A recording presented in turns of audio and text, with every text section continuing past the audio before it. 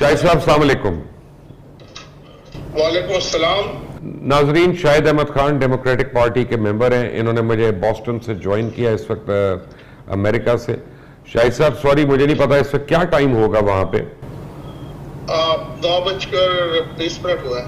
चले कोई बात नहीं, आप लोगों की हुकूमत की तो दौड़ें लगी हुई हैं रात से, क्योंकि आपकी तो सारे इंटेलिजेंस के अंदाजे गलत निकल आए। कभी कहते थे 6 महीने तक चलेगी हुकूमत, फिर कहते थे 4 महीने चलेगी, फिर कहते थे 6 हफ्ते चलेगी, अब फौरन ही खत्म हो गई एक रात में। आप अफगानिस्तान के रेफरेंस से बात कर रहे हैं तो या it seems like there is some miscalculation. आपने प्रेसिडेंट बाइडेन की स्टेटमेंट भी देख ली है, उसमें कि 5,000 ट्रूप्स अफगानिस्तान भेजे जा रहे हैं और 600 ट्रूप्स यूके वहां पर ड्रॉप कर रहा है। तो आई थिंक वो स्टेबिलिटी की कोशिश तो कर रहे हैं, बदबदी हुआ यही है। आपकी बात सही है कि जो लोकल उन्होंने आर्मी डेवलप की थी, उसको ट्रेन किया था, they didn't turn out to be as good as they were perceived.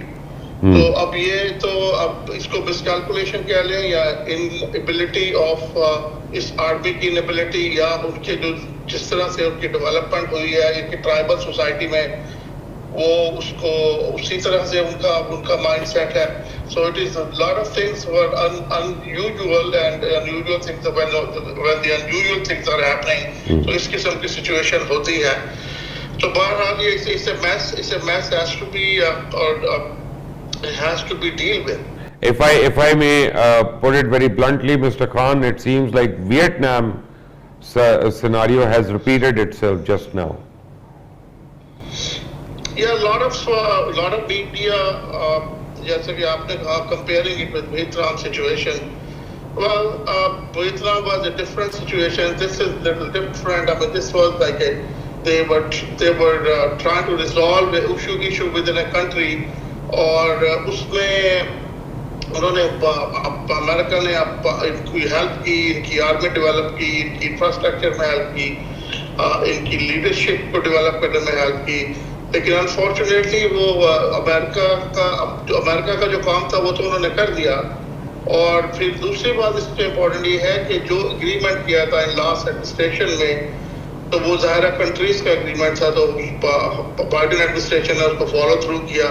But in the end, I mean unfortunately the army they developed there did not turn out to be as good as they were perceived.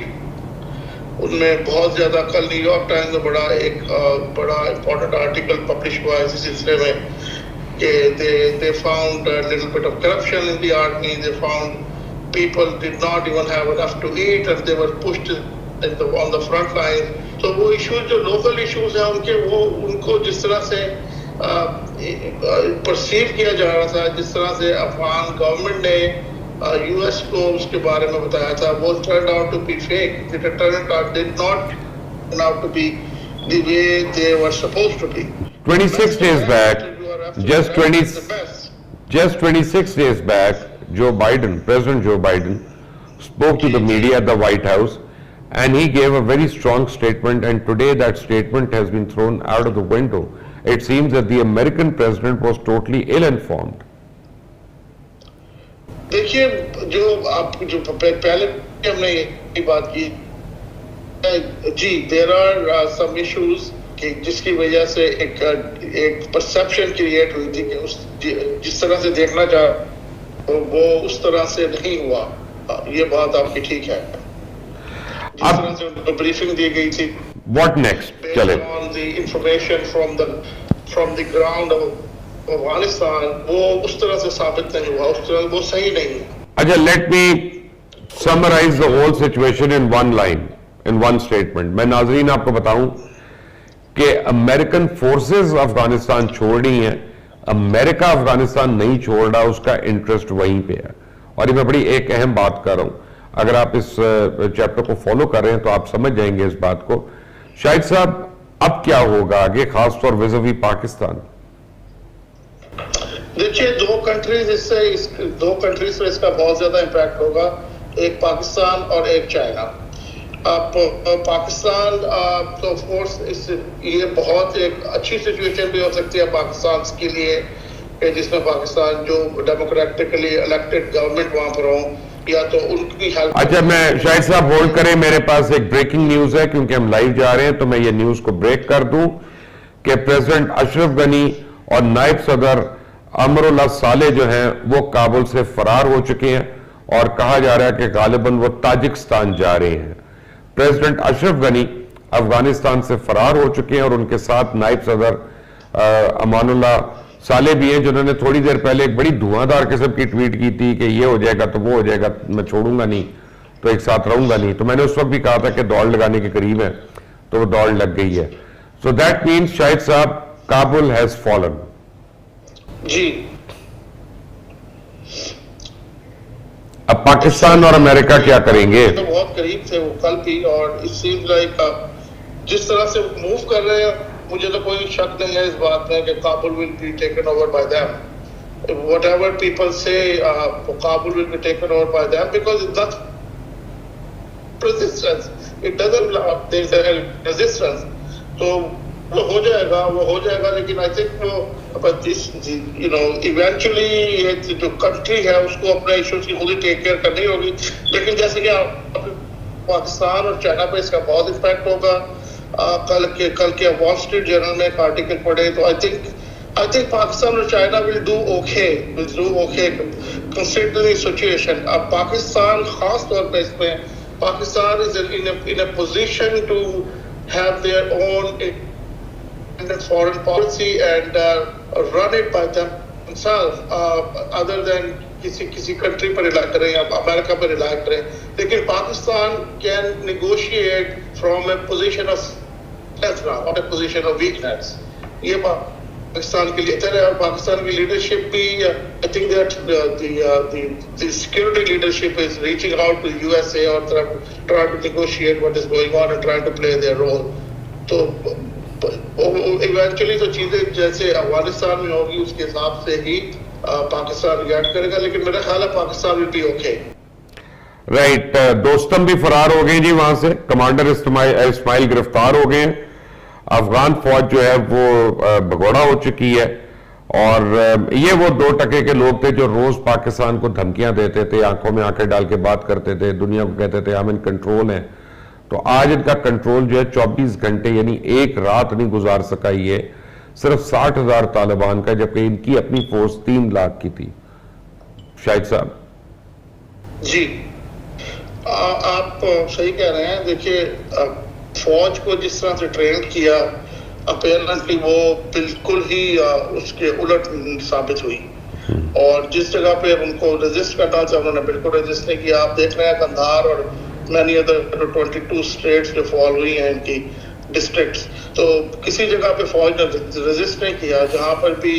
और जो उनके बारे में सोचा जा रहा था कि ये एक एक कहानी दीवार साबित होंगी, लेकिन वो तो मट्टी की दीवार निकली। और बिल्कुल उन्होंने बिल्कुल तालिबान को वेलकम इन ए वे किया कि उन्होंने बिल्कुल रेजिस्ट नहीं किया और तालिबान ने टेक ओवर कर दिया। Yes, that is true. आपके यूएस सेक्रेटरी ऑफ स्टेट की स्टेटमेंट आ गई है कि US Secretary of State Anthony Blinken has said that the fact of the matter is Afghan forces have been unable to defend their own country। और तालिबान को हमने बता दिया है कि अमेरिकन फौजियों पर अगर हमला हुआ तो फैसला कौन जवाब दे दिया जाएगा। जी, आप जैसे आप यही डिस्कस कर रहे हैं कि तालिबान की जो अगेंस्ट जो लोकल फौजी थे, जो आर्मी थी, वो बिल्कुल किसी काम की नहीं रही। उन्होंने बिल्कुल कुछ ऐसा रेजिस्ट किया ही नहीं। तो जो परसेप्शन थी, ऑफ कोर्स यूएस की भी जो परसेप्शन थी, वो perception turn out to be wrong, क्योंकि यूएस की परसेप्शन भी उसी फीडबैक पर थी जो अफगानिस्तान से उन्हें मिल रही थी। और यूएस ने अपना काम किया, उन लोगों को तैयार किया, 3 लाख लोगों को ट्रेन करवाया, लेकिन वो उन्होंने इवेंचुअली लड़ने से इनकार कर दिया। तो ये was a miscalculation for sure.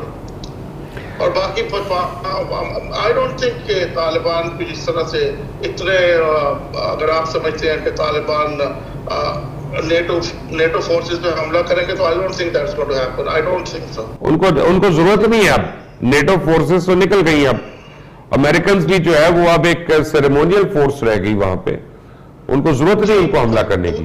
जी, और दूसरी बात ये है, आपने पहले भी कहा और हमने पहले भी इस टॉपिक को कई मरतबा पिछले कई साल में डिस्कस भी किया है कि जिन लोगों की ये परसेप्शन है कि अमेरिका अफगानिस्तान को ऐसे छोड़ देगा, वो ऐसे नहीं है।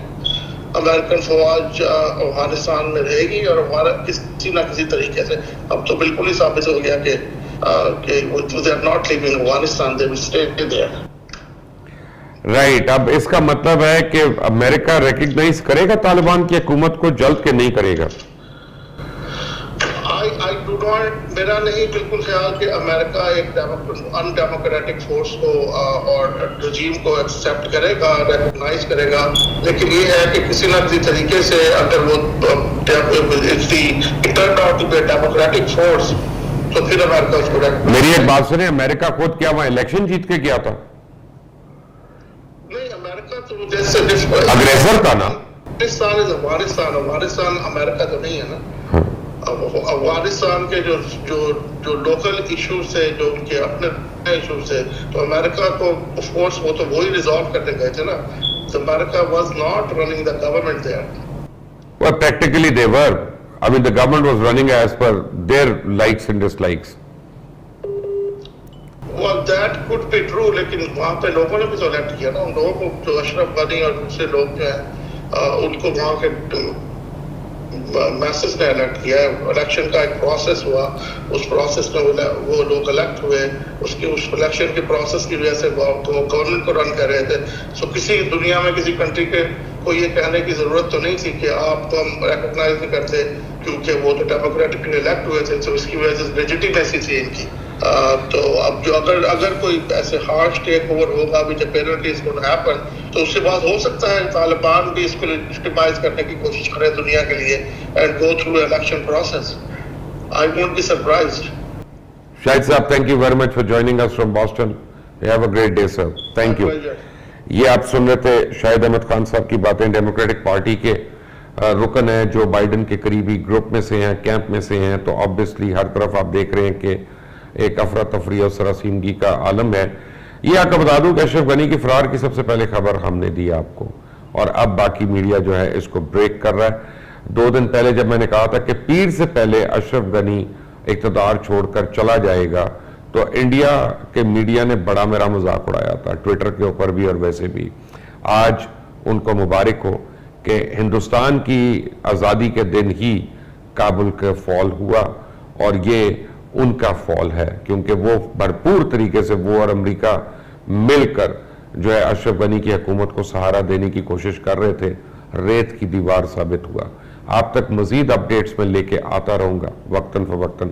उसके लिए इस चैनल को सब्सक्राइब करें, बेल आइकॉन को प्रेस करें, और फिर आपको ताज़ा तरीन अपडेट्स जो हैं बर वक्त मिलती रहेंगी। Until the next time, Allah Hafiz.